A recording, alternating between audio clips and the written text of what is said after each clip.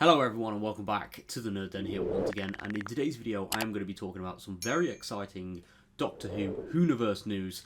And this isn't just about the main show, I'm also going to be talking about Big Finish because there's been a lot of Doctor Who hype recently, and it's so good to see that Doctor Who is just getting, it's just getting some new stuff, and I'm just so excited because, there's a few interesting developments in the Whoniverse. I'm going to be talking about them today. I'm going to be talking about how I feel about them, the usual stuff. So, with that being said, let's get into the video. Let's talk about it. Let's talk about what it all means in the grand scheme of things. And, before we get into that, though, please click that like button and please subscribe because I am desperately trying to get 10,000 subscribers. I'm on the road. I'm back on the YouTube grind. And it would mean the world to me if you could support me on this journey. A journey that I have been on for a while now to get 10,000. It's been a little dream of mine for a while, and it would certainly be amazing if we could reach that goal. So, with all this being said, let's get into the video and talk about what's going on in the Whoniverse.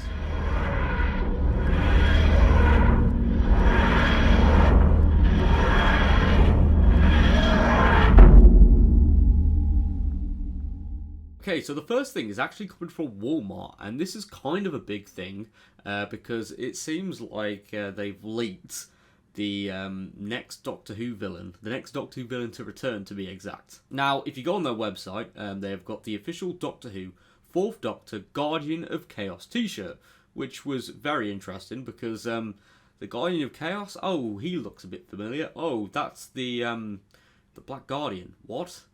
What's actually going on here? Like, I'm so confused. So, this character was originally from the 4th Doctor era, and he hasn't been seen since, but he does kind of fit into the rebrand of the Pantheon of Gods, I guess. I mean, it worked for the Celestial Toymaker, it worked for Sutex, so I guess this is the next character to be put under that umbrella. Now, the Guardian of Chaos, I don't know if that's just like a rebrand of the title of his character, I don't know. But it is a very interesting rebrand, and it's very interesting to have that character there and not his original name. So, why would you have the rebrand if you're not going to bring back the character? Because they changed the Celestial Toymaker's origins, I believe, a little bit. Obviously, Sutex was changed. He's now a Titan. He's not just a Siren. So, it does make me think a little bit. It does make me think that, okay, we might be seeing this character appear in the future with some altered origins or like a continued future or whatever where things have been changed. So, does make you think, doesn't it? But yeah, it looks like this character could be returning to the Whoniverse very soon, perhaps in the upcoming season, as it has already been teased that the Pantheon storyline will be continuing. So I guess this might be one of the gods popping up for the 15th Doctor to face. Well, next up in the news in the Whoniverse, we are going to be talking about something very exciting. This was announced a while ago, but we're now getting confirmation and some news regarding it. And this is a Big Finish audio box set starring Sacha Dhawan as the Master. Yes, the Master is back. Woohoo, let's go.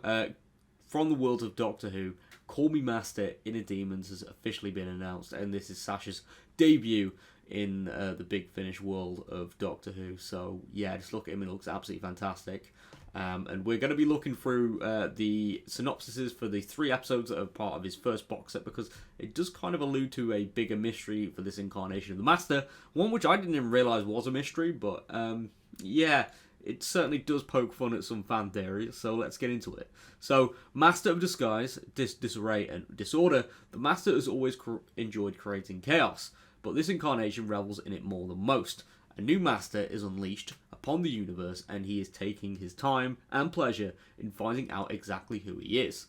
The Doctor's arch nemesis, in his most recent incarnation, as seen on TV from 2020 to 2022, is back to enact cunning new schemes, and this time there's no Doctor around to stop him. So, let's get into it. So, the first one, Self-Help by Robert Valentine. The Master is having a crisis of the existential variety.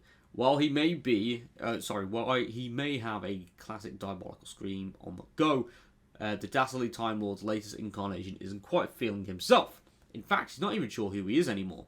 He needs help, but can he help himself? So Valentine has said, Where Sasha's master fits into the timeline is a deliberate mystery, so I thought it would be fun in the context of starting a fresh series with him as our anti-hero to embrace his identity crisis in a big way and make that point of the story. He doesn't know where he fits in, and that's a huge source of anxiety for him. Okay, I will be getting back onto that in a second. The next one is from Georgia Cook. The Clockwork Swan.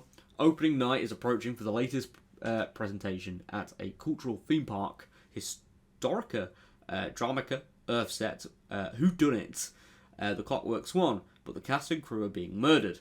Enter a mysterious stranger, who better to solve the crime than a galaxy-renowned detective, Le Mater.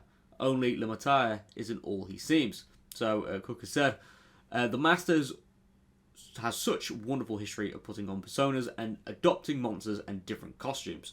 People tend not to notice when he's always not doing them particularly well. It's so great to add to that mythos with him hamming it up, trying to portray a Poirot or Sherlock Holmes style detective. So, ooh, that sounds very interesting. And then we've got The Good Life by Una McCormack. On a distant island, a group of holy men and women work together to keep the balance. Etler, one of the shorefolk, has come to learn, but there's a new man on the island, the first in living memory, and it's not clear whether he's a saint or a sinner. Very interesting. So I'll mess this up. You can tell I've only just woken up. Is it coincidence that the weather seems more changeable these days? The people are angrier and turning to violence? Where, wonders Etler, is this all heading? And does the stranger even know himself? So McCormack has said, my initial pitch was that we do something similar to Mervyn Peake's novel, Mr. Pie. The hero of that novel arrives on the island of Sark, where he carries out so many good deeds that he begins to sprout angel wings. I really like the idea of the Master trying to be good, but not being very good at it. So you know what? All of these do sound very interesting. Obviously, yeah, just bear with me because, you know, I've just woken up from a nap and I'm just like, oh, my brain's gone to absolute mush. But yeah, very interesting concepts here, and I can't wait to see them executed, or hear them executed, should I say. But one interesting theme with this Master, which I know there's been fan dispute, is where he fits into the timeline.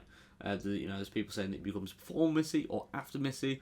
Some people have even tried to argue that he becomes before John Sim in terms of like timeline placement and whatnot. And I feel like Big Finish are actually making that canon. So, in terms of making this whole like where does he fit in canon, not actually putting where he fits in. So, let me know what you think about that. Personally, I've always seen him as after Missy, and that there's just been something that's happened off screen where he's become evil again, like finding out about the whole Timeless Child stuff. But I'm curious to know why Big Finish have decided to just use the mystery as part of its character. But yeah, just let me know what you think about all of this in the comment section down below. With that being said, though, yeah, thank you so much for tuning into the video. If you're new around here, please click that like button and subscribe for more nerdy content. And I'll see you all next time. Thank you very much for all the support. Take care, love you all, and peace.